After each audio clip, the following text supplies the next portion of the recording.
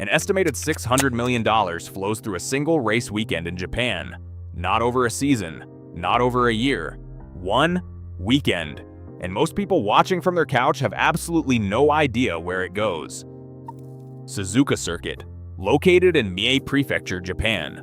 Opened in 1962 by Honda, it was built not as a public racetrack, but as a private test facility for a car company with global ambitions. Today, it is considered by many drivers to be the greatest circuit on Earth. The figure-8 layout, the S's, 130R, the spoon curve. It does not just test machines, it exposes them. But Suzuka is more than a track. It is the cultural heartbeat of Formula One in Asia. And Japan? Japan is arguably the most loyal, most passionate, highest-spending fan base in the entire sport. Multiple Formula One World Championships have been decided here. Legends were born here. And every year, the whole world watches, but the real story is the money behind it.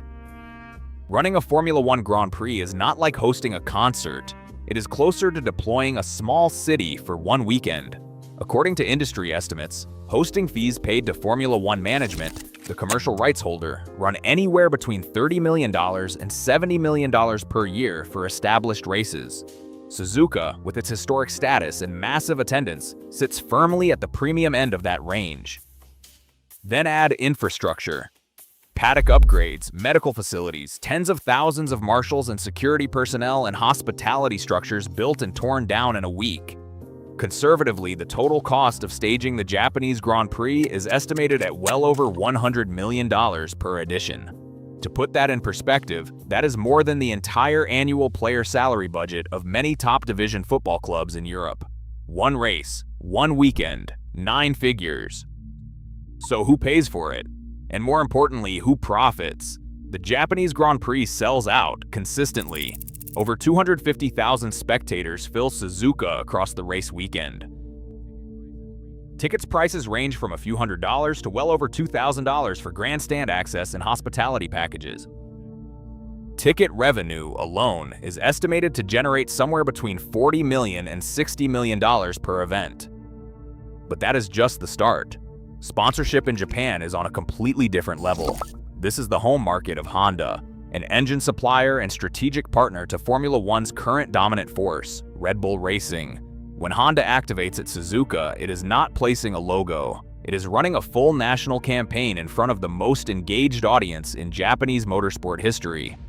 Add Bridgestone, Panasonic, Denso, and dozens of other Japanese corporations who use race weekend as a platform for B2B hospitality, client entertainment, and brand positioning.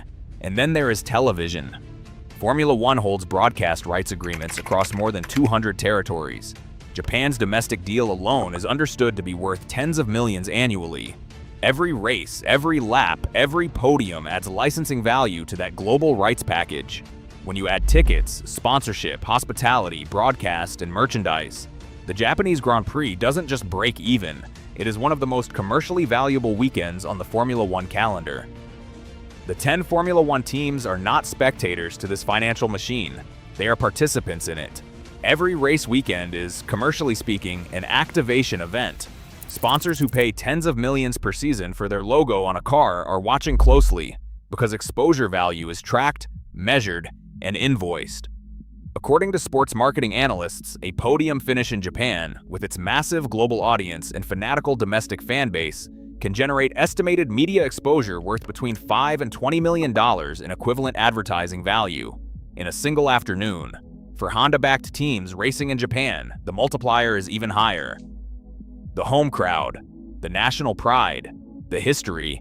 A win at Suzuka does not just lift the championship standings, it moves product, shifts public perception, and justifies the investment of every yen spent on that engine program. Even for midfield teams, Japan represents one of the highest exposure single events of the year.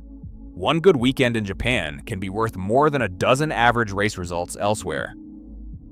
Here's the part that most mainstream coverage misses entirely. Formula One's growth strategy is increasingly focused on Asia. Liberty Media, the American corporation that owns the commercial rights to F1, has made no secret of its ambitions to expand the sport's footprint in the region. Japan already delivers. According to various market reports, Japanese F1 fans score among the highest globally on brand loyalty, merchandise spending, and premium ticket conversion. In the luxury goods world, Japan is one of the top 3 markets on Earth. That same consumer psychology carries directly into Formula One. Japanese fans do not just watch, they invest. They buy Paddock Club passes. They buy team merchandise. They pay for trackside hospitality that rivals the finest restaurants in Tokyo. With Honda's return as a full works partner, confirmed for future seasons, Japan's commercial significance to the sport is only going to grow. Suzuka is not just a race on a calendar. It is Formula One's gateway to the most valuable consumer market in Asia. It is not all smooth racing, however. Japan is typhoon country. The 2019 Japanese Grand Prix was cancelled. It was wiped out entirely by Typhoon Hagibis. Organizers lost an estimated tens of millions in ticket refunds, hospitality cancellations, and logistical costs that could not be recovered. Weather risk is existential for an outdoor event of this scale. Then there is the structural cost pressure. As newer street circuits in Las Vegas, Miami, and Saudi Arabia offer modern infrastructure and state-funded hosting fees, the competition for a spot on the F1 calendar intensifies. Traditional venues like Suzuka must continuously justify their price and their premium. The business behind elite sport is never entirely risk-free. Formula One's trajectory is clear. More races, more markets, more revenue. The sport generated over $3 billion in total revenue in its most recent reported financial year, a figure that grows annually. Japan's role in that story is not shrinking. If anything, with Honda's factory backing, an exploding streaming audience in the region, and some of the most devoted fans on the planet, Suzuka is cementing itself as a permanent fixture. The real question is not whether Japan can afford Formula One. The real question is whether Formula One can afford to lose Japan. So remember that question from the start? Where does all that money go? The honest answer is this. It flows through one of the most sophisticated commercial ecosystems in global sport. From hosting fees to Honda boardrooms, from grandstand tickets to global broadcast deals, from team sponsor exposure to paddock hospitality charged at 5 figures per seat. The Japanese Grand Prix is not just a race. It is a multi-hundred-million-dollar business dressed in racing suits and running on premium fuel. And every lap you watch, somebody is counting every single one.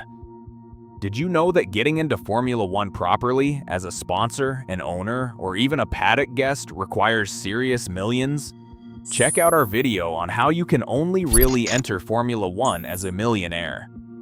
If you are new, subscribe. We cover the business and the money behind elite sport every week.